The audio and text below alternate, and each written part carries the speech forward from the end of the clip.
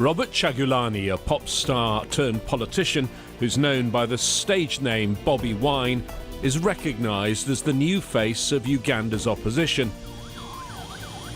But his rise to prominence has not been without its challenges. Bobi Wine's popularity is considered a threat to President Yoweri Museveni, who's been in office for more than 30 years. His government has arrested and prosecuted Bobi Wine several times, and the opposition figure has accused security forces of torturing him. But the 37-year-old is not holding back his ambition. In fact, he's now directly challenging President Museveni in elections expected to be held in 2021. But will his popularity be enough to get him elected? And what are his plans for the way forward? Uganda's Bobi Wine talks to Al Jazeera.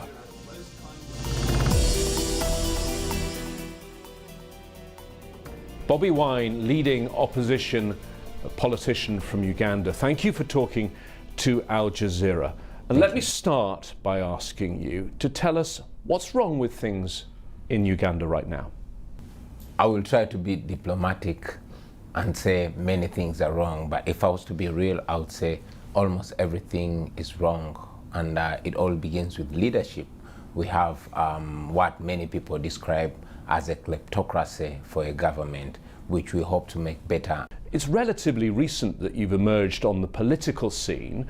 You were, before that, a musician. Why did you decide to go into politics? I'm a musician, social activist, and a ghetto youth who recently, I call it recent, but it's 2 years ago, decided to run and become a member of parliament. So was it a natural evolution from that to politics, or was there a moment that made you decide to get involved in politics? I would say it was a natural evolution, because initially, like any other young man, I was singing about the girls and the parties and everything. But, you know, over time, after realizing that indeed my music and my lyrics was influencing so many people, especially the young people, I decided to channel it to positivity, and it was working well. However, there's this one time about 10 or something years ago when I got a personal attack. I was beaten by my age mate, and my crime was showing off. That is a time when I had just gotten a brand new Escalade, and he claimed that I was showing off as if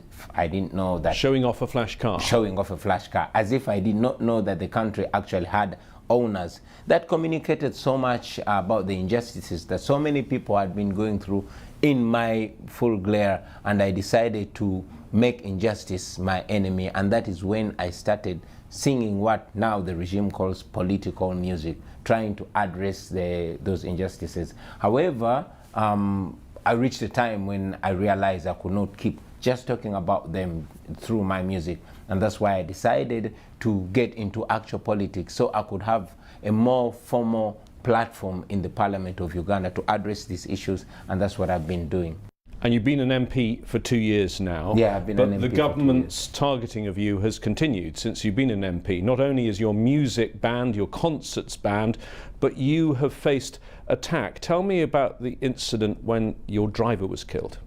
Well, I said it the day I went to Parliament, that since the Parliament refused to come to the ghetto will come to the Parliament. I wanted to articulate those issues that the regime, the government, and those people that rule over us had ignored for a very long time. Of course, when I got into Parliament, it brought a lot of attention of the common people. They picked interest in the politics, and indeed they started pushing me and suggesting that I run for president. Now, this infuriated the president that we have, who has for a long time been regarded as all-powerful, and I started getting attacks, and the most ferocious attack was the assassination attempt on my life in Arua, which took the life of my driver instead of mine. And you were arrested after that? Yeah. What happened to you when you were in custody? You were tortured, yes? Well, I was tortured, I was beaten and humiliated. You know, the regime planted 2 machine guns on me, and the spokesperson of the National Police in Uganda actually came out and said those guns were found in my room, only to withdraw the charges just a week later. That was in 2018. Yeah. This year, again, the attacks on you have continued.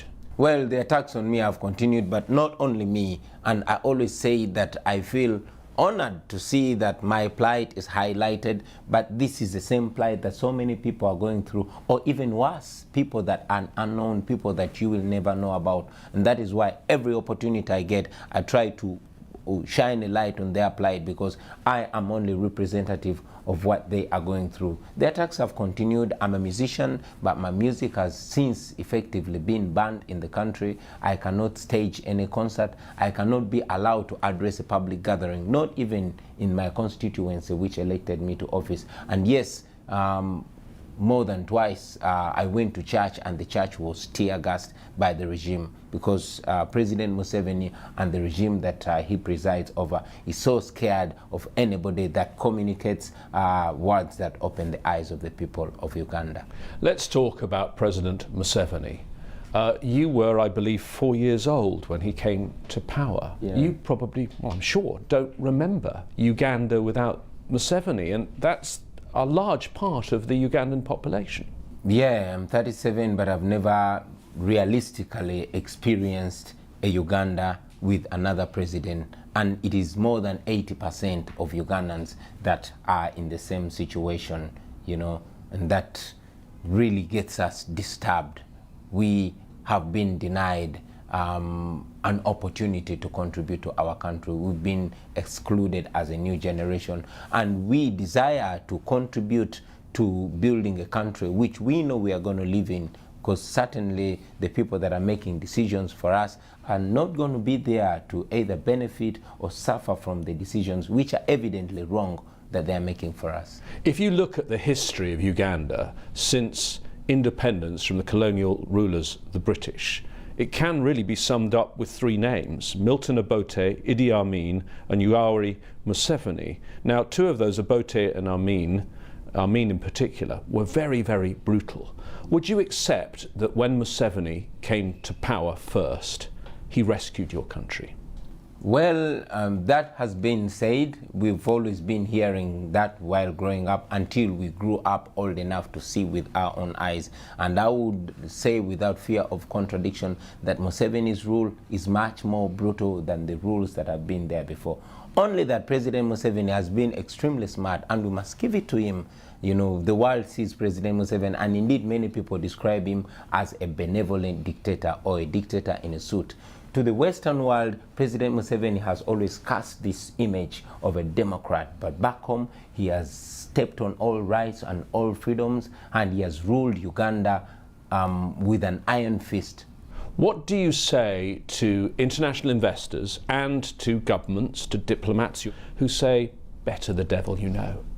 Well, to the international community, to the international investors, and to all the organizations that are working with Uganda, first and foremost, I want to thank them for always choosing to be friends of Uganda. They've supported our healthcare system, and yes, they've supported our military. But we know that we are also citizens of the world, and what unites us should not be only business. It should be the values that we share together, values like democracy, values that the respect for human rights, and values like zero tolerance to corruption. So I request them to always hold the administration accountable. Let them make the observation of human rights and the rule of law a precondition for cooperation with Uganda, so that ultimately they are dealing with Uganda not to the detriment of Ugandans. We want the international community, and in particular the United States of America, to be dealing with Ugandans and not with Museveni himself.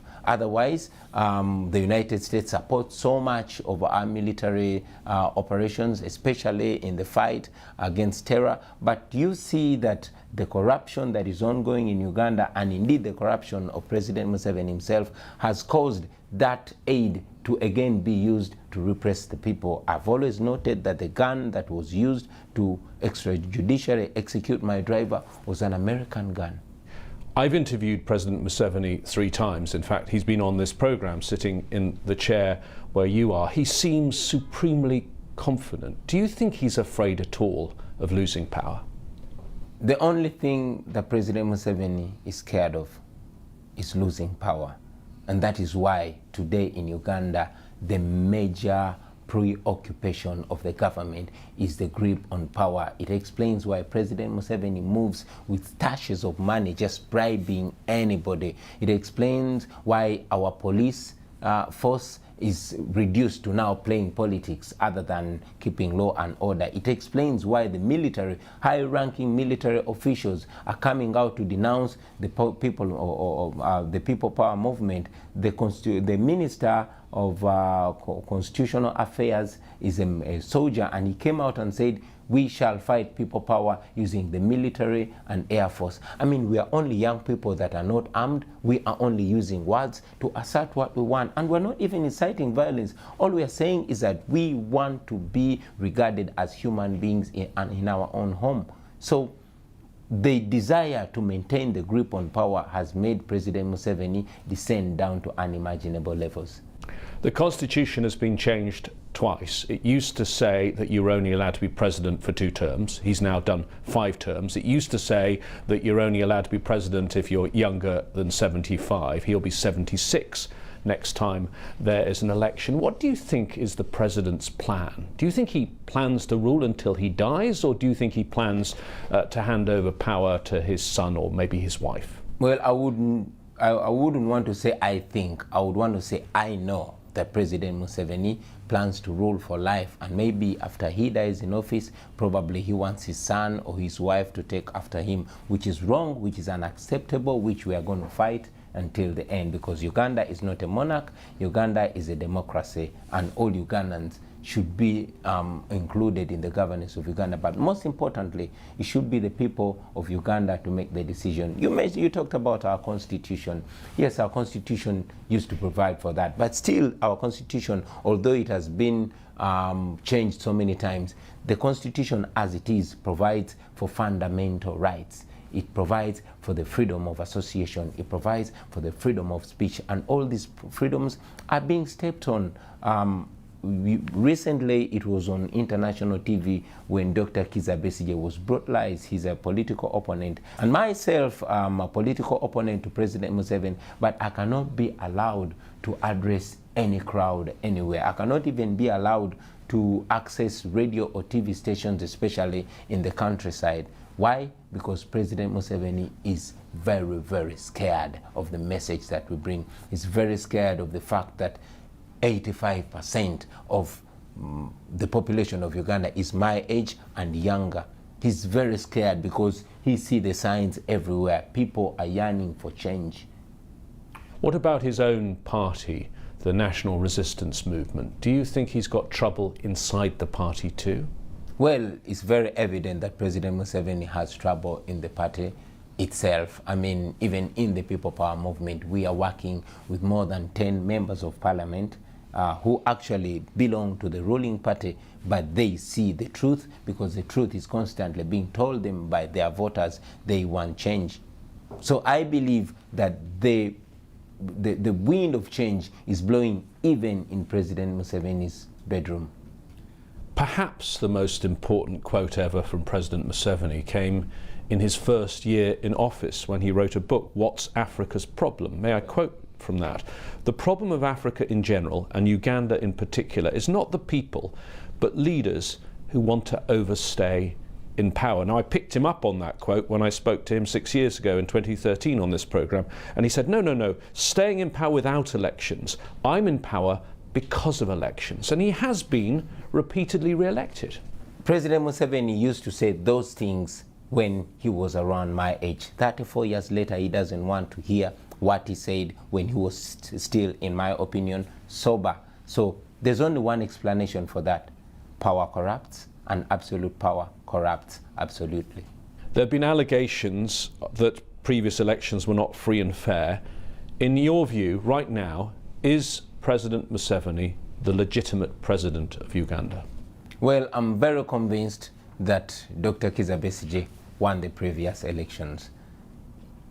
And I would believe that even if Museveni could have won the past elections, the way he's handling the people of Uganda makes him lose his legitimacy. However, we are looking at the opportunity of 2021 for the Ugandans to assert their voices, which we are sure they are going to. Do you see a trend in Africa? I mean, look, for example, at Zimbabwe. Look at other parts in North Africa, at Algeria, for example. Do you see a trend that older leaders are now being forced to give up power? Well, the wind of change is blowing.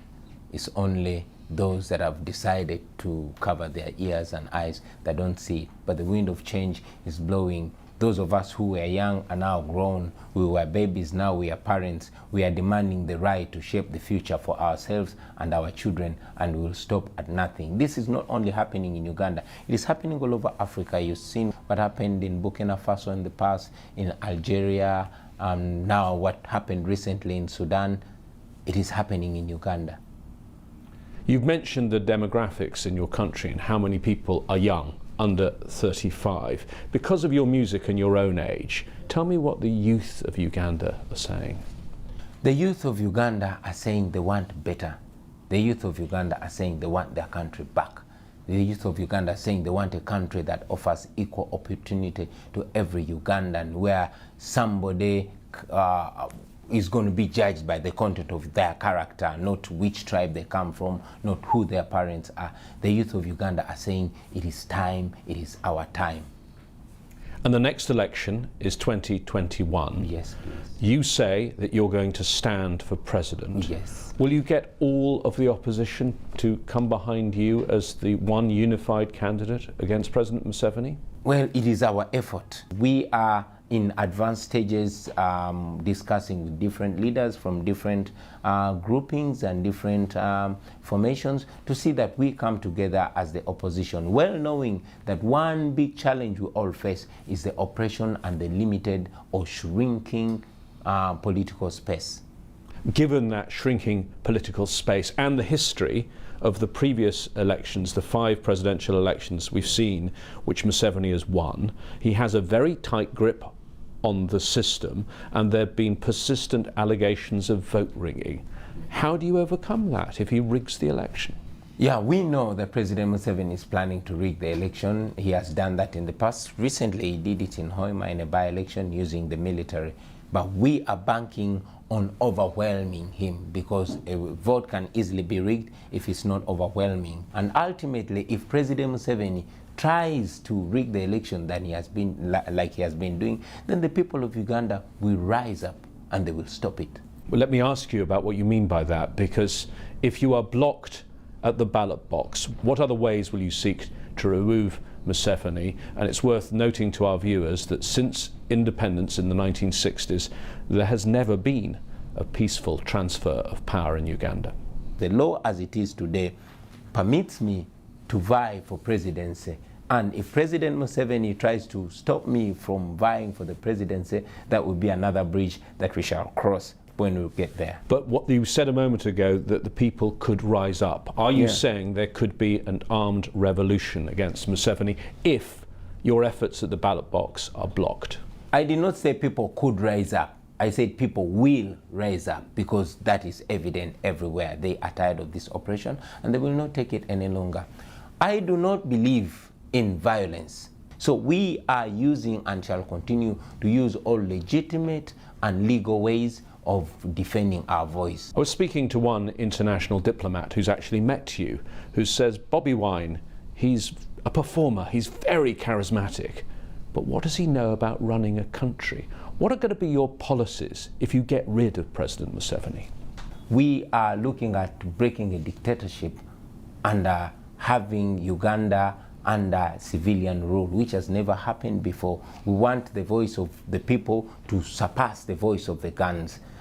We want to return the rule of law and dignity to the Ugandans and utmost respect for human rights. We want to revive our education system. I mean, it is sad that the wife of the president, whose education is actually questionable, is the Minister of Education, and it is so sad, the recent happenings in Makerere University and what she said, but that explains the regime and the family and the couple that's ruling over us. We want to revive our healthcare system.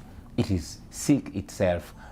It explains why our government officials, our leaders actually never go to our hospitals. Even when they have to give birth, they fly to developed countries for treatment, while the Ugandans are left to suffer and die. That explains why we lose more than 19 women every day, not every week, not every month, but every day giving birth. More than 300 children die in Uganda, you know, and all these other challenges that people go through. If we had a functioning healthcare system, it would be working. Uganda is enormously gifted with amazing fertile soils. However, the land has been conspicuously owned by one family or one clan or one grouping. We want to put an end to that. We want the natural resources of the country to be actually a property and a benefit of the people of Uganda. We are greatly endowed with natural resources, from minerals to oil. We want them to facilitate the people of Uganda and help develop us. And finally, we want to unite our country, because we live in a deeply divided country, divided along ethnicity, along class, along income, along political lining. We want to put an end to that, and that will need us to have a truth and reconciliation program that can bring our people together, so we can have a foundation that will take us together forward as a country. And most importantly, I know that many of our very resourceful, knowledgeable, educated and intelligent people have been forced to leave Uganda because the nation does not offer what they deserve. These are first world brains stuck in a third world country. We want to repatriate them back home to help build our country. I must note that after the unfortunate events in Rwanda of 1994, it is mainly Ugandans that went to Rwanda and assisted build the Republic of Rwanda. We want Ugandans living in America, living in Europe, living elsewhere, to feel comfortable and blessed to come back and rebuild their country. Currently, so much of the system was built by and is loyal to Museveni, particularly the security apparatus. What do you do about that, about, if you were in charge, about the police, the army, the courts? Where do you draw the line of who you remove from their jobs?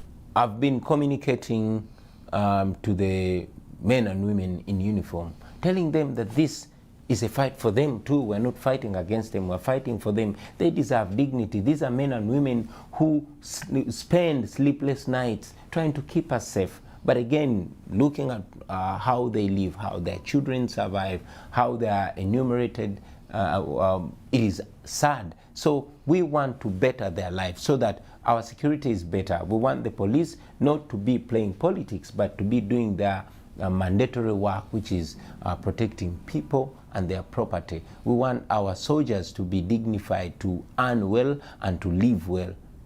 And would you continue keeping those soldiers playing a regional role? For example, Somalia. Uganda's had soldiers there for 12 years. Yes, you get paid a lot of money by the US government for having your soldiers as part of AMISOM, but should Uganda be fighting the US's wars?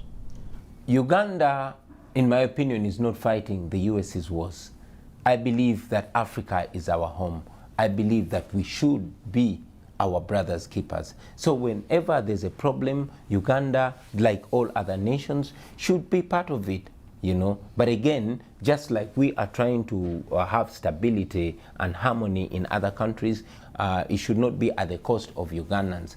So Ugandans should benefit from the stability as well. That should not come at the cost of Ugandans. My final question. How worried are you about the stakes in what you're doing here? Because in 2 years' time, yes, you could be the president of Uganda, but you could also be in jail, you could be in exile, or it could be worse. Yeah, I know that every day that I live it as if it's my last day. Every time I leave home, my little daughter hugs me and makes me promise 100 times that I will come back home. I always want to go back home. I have a little beautiful family. I have a young beautiful wife, and we always promised each other that we'll work so hard in our youthful days and retire early and enjoy our lives. I want to live peacefully like any other Ugandan. But this is very important because it is not life if one is not living free. So I know the stakes are high. I know the regime is bent at nothing to keep power, even eliminating people like myself. And I know, I've been told before, that there's a very big target on my life. I know that is there, but I also know that it is worth it to fight for freedom even at the point of death. I've said it before and I'll say it again, that we shall continue to fight legally and constitutionally for our freedom, and if need be, we shall die fighting for our freedom. Bobi Wine, thank you for talking to Al Jazeera. Thank you very much for having me.